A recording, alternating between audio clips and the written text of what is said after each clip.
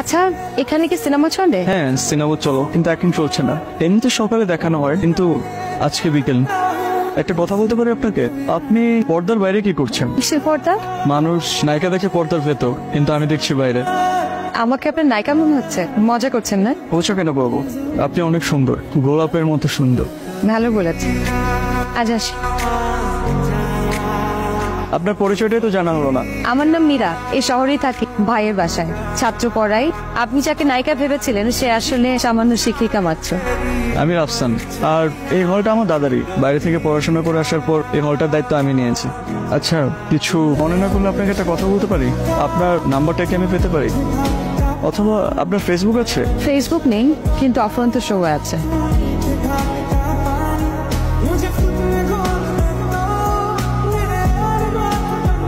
আপনাকে এখানে ডাকলাম, আপনার সমস্যা নেই তো? সমস্যা কেন বাবু? আমার জীবনে আলাদা করে সমস্যা বলতে কিছুই নেই। একটা মানুষের জীবনে সমস্যা বলতে কিছু নেই। বই পড়েন? হুমায়ুন আহমেদ প্রিয়? অনেক বেশি। হুমায়ুন আহমেদ একটা কথা বলেছিলেন, আমের পোকারা বুঝতে পারে না মিষ্টি কি জিনিস, কারণ তারা মিষ্টির মধ্যেই জন্মায়। আমিও ঠিক তেমনি সমস্যার মধ্যে জন্মেছে, তো তাই সমস্যা বলতে কি এটা আলাদা করে আমি বুঝতে পারি না। আপনার সাথে অনেকদিন ধরে পরিচয়, কিন্তু কখনো আপনার সমস্যাটাই জানা হয়নি। বাদ দিন, আজকে আপনার বলতে হবে আপনার কি সমস্যা। আপনি আগে বলুন। এত গুরুত্ব দিচ্ছেন যে, অবহেলা করবেন না তো পরে। আপনার এমনটা কেন মনে হলো? আমার ইনটিউশন খুব ভালো। আমি ভালোবাসা দেরিতে বুঝলেও অবহেলাটা খুব দ্রুতই টের পাই। সত্যি শুনলেন? আপনি বলুন, আমি শুনলাম। মা বাবা নেই আমার, ভাইয়ের বাসায় থাকি। সাবধানে যাও। হ্যাঁ, আমার কথা তো শুনবি না? না রে, বাড়ির থেকে বের করতে চাইতেছি। এক সপ্তাহের মধ্যে তুই বিয়ের জন্য রাজি হবি। এমন জাতি আমি মরে গেলাম, লোককে বিয়ে করবো না ভাবি। আমি বিয়ে না করে মরতেও দেবো না। আপনার টাকা কয়টা রাখো। তুই আমার আপন ভাই না হইয়া আপন ভাই থেকে অনেক বেশি করতেছিস। এটার কয়টা রাখা। বিয়েতে কিন্তু অনেক খরচপাতি আছে। আর আমি টেনশনে আছি, আমার বিয়েটা হয় কি হয় না। তোমার মনে হলো কথা বলে তো সেট করে কিন্তু হয় কিচ্ছু হবে না, আমি সব ঠিক করে ফেলেছি। আরে কাজ তো শেষের দিকে, আগে তোদের বিয়াটা দিব, তারপর ওর ভাইরে জানাবো। তারপর তুই এসে বলবি তোরা বিয়া করে বাসায় চলে আসছিস।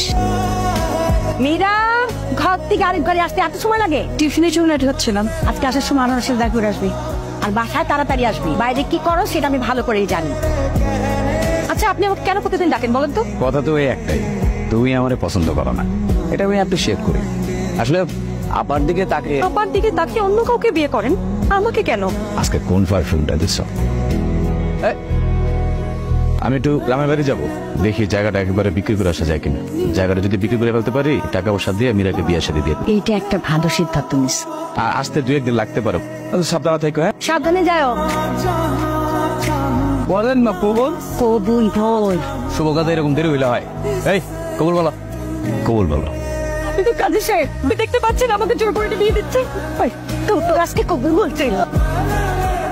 বিয়ের শখ মেটা না? ভাই, প্রেমার বন্ধুর জন্য যা করলেন ভাই, সারা জীবন মনে থাকবে। আমার একজন বিকৃত মস্তিষ্কে নারী পাচারকারী। আপনাকে অসংখ্য ধন্যবাদ। আপনি যদি কিছু না মনে করেন, আমি আপনাকে একটা কথা বলতে চাই। আপনার বোনটা আপনার বাসায় ভালো নেই, তার ভাবি তাকে দেখতে পারে না। আপনি যদি অনুমতি দেন, আমি আপনার বোনকে বিয়ে করতে চাই। এটা তো আমাদের জন্য বড় পাওয়া।